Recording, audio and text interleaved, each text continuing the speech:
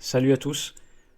Alors moi, si vous le savez pas, en fait, j'investis pour toucher des dividendes tous les mois parce que j'en ai marre de bosser en fait. Donc, contrairement à beaucoup qui sont en phase de capitalisation, moi, j'investis en fait, c'est juste pour toucher des dividendes tous les mois et puis arrêter de travailler. Donc, je sais qu'il y en a beaucoup parmi vous qui investissent dans le S&P 500, le Nasdaq x2 même. Et puis le MSCI World. Bon, tout ça, c'est des bonnes stratégies, hein.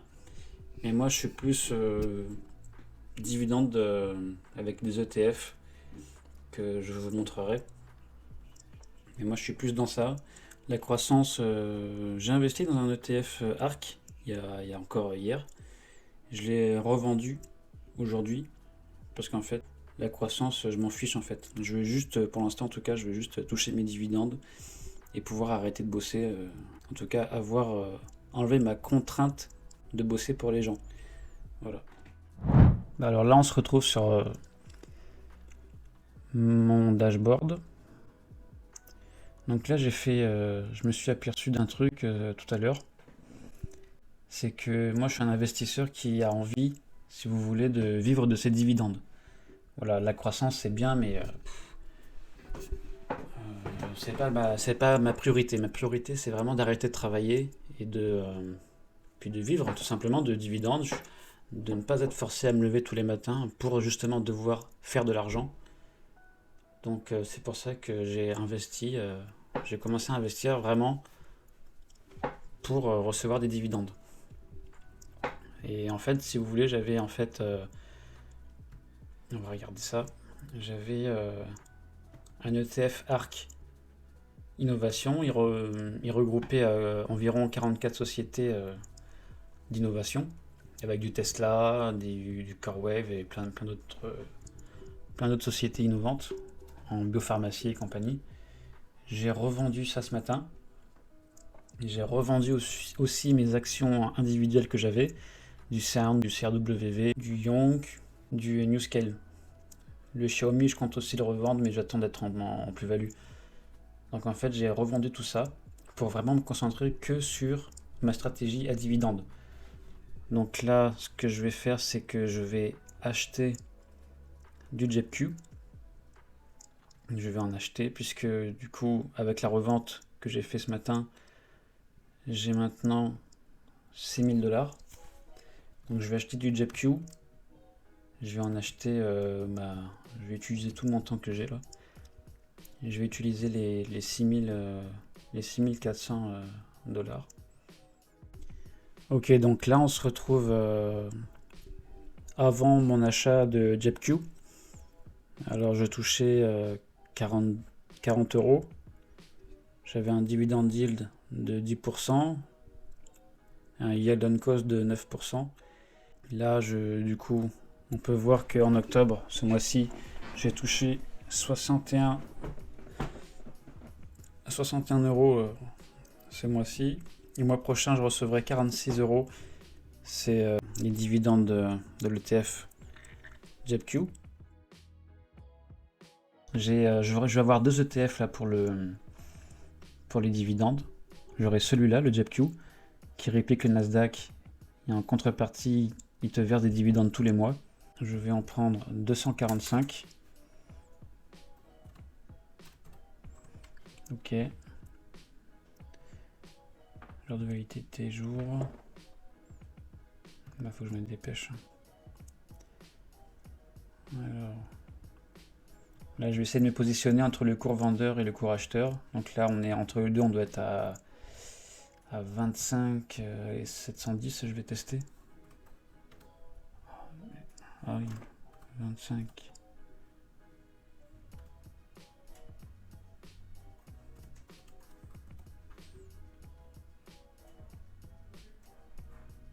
On va tester comme ça, hein.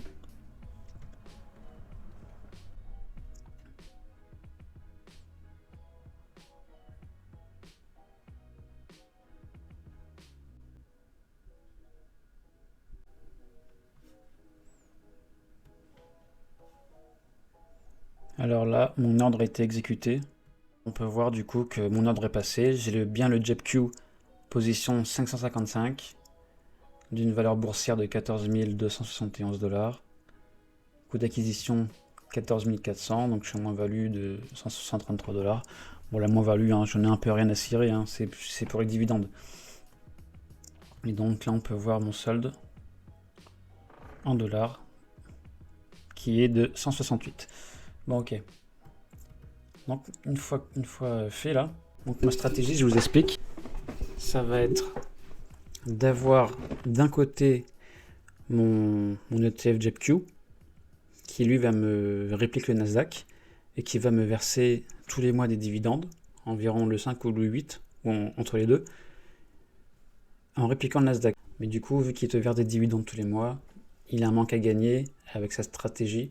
Et à côté de ça, j'ai cet ETF aussi, le SPHD, qui lui en revanche, il a environ une cinquantaine d'actions à l'intérieur, qui lui c'est de la consommation courante, c'est du Altria, puis d'autres sociétés, je vais regarder un petit peu.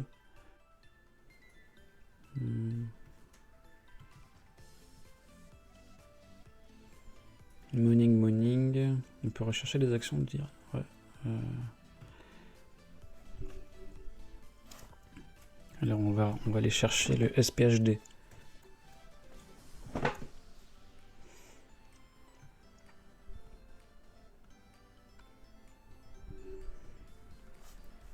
Alors le SPHD du coup, en fait il a des sociétés du S&P 500 qui distribuent des gros dividendes mais à faible volatilité, avec un rendement de 3,55, 3 milliards d'actifs sous gestion, distributif. Il distribue tous les mois lui aussi.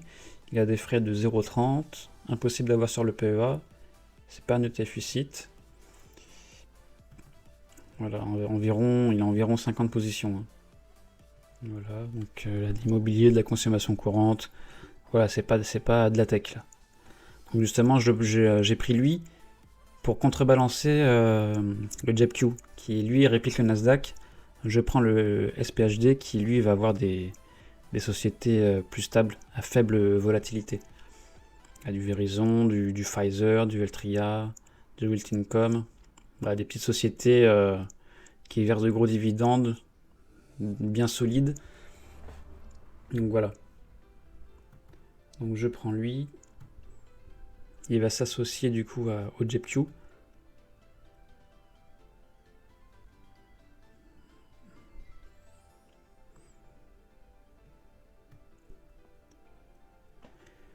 Bon, sur 5 ans, il a 71%, en retour sur un an de 1%. Bon, voilà.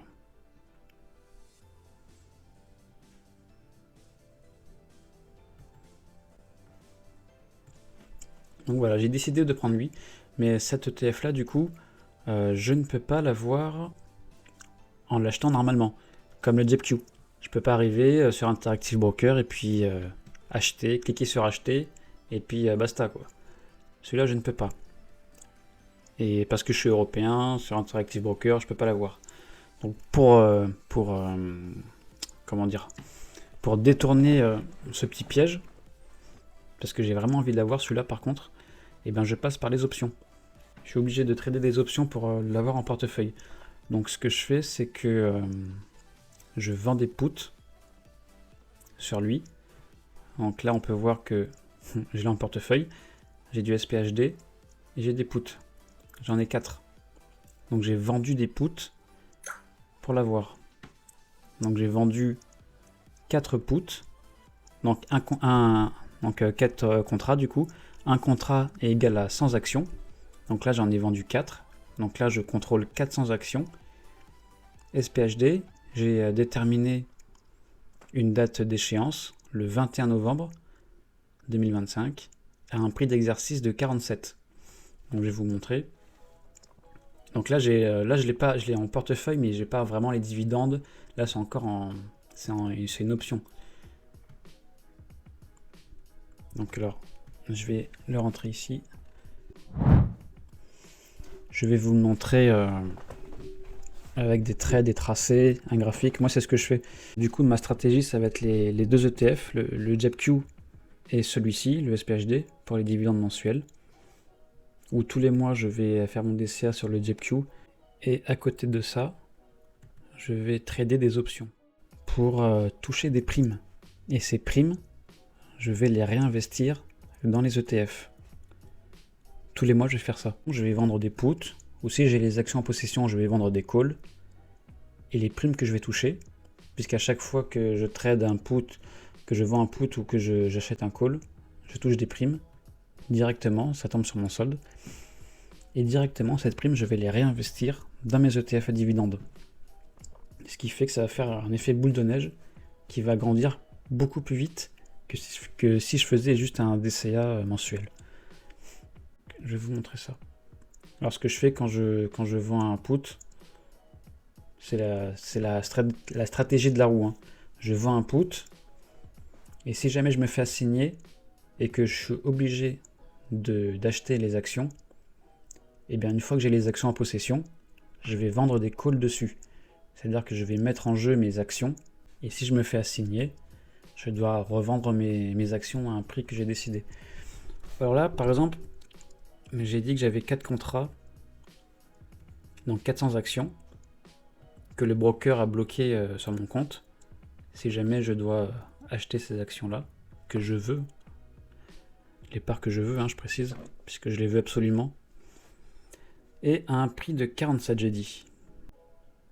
Ça doit être ici.